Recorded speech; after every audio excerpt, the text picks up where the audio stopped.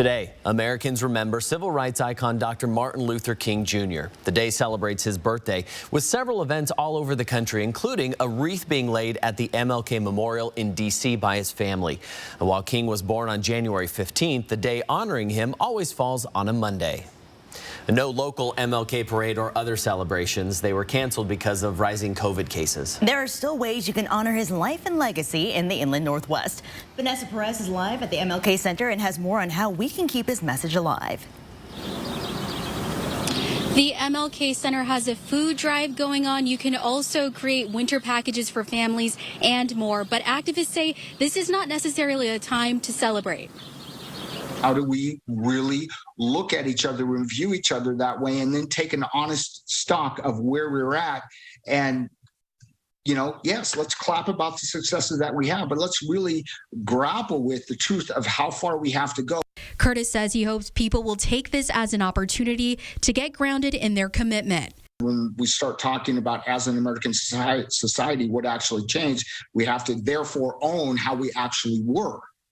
Right. And Dr. King, I think the biggest thing that he really brought to the table is, now you can't do that. You have to own how you were, and we have to move forward.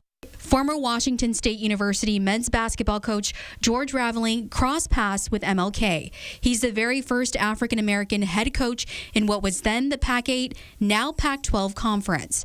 But he was a security guard standing just behind Martin Luther King when King gave his speech. When it was over, Raveling asked MLK if he could keep the speech. And so I now had the speech folded.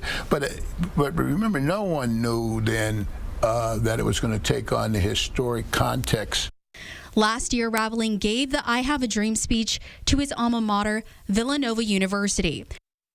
Legacy of being able to not only come to terms with the true past about how America has been, but also cement and ground ourselves in a hope for a more realized, equitable American society for the future. Kurtis says from civil rights, housing to voting, progress has been made, but there's more to be done.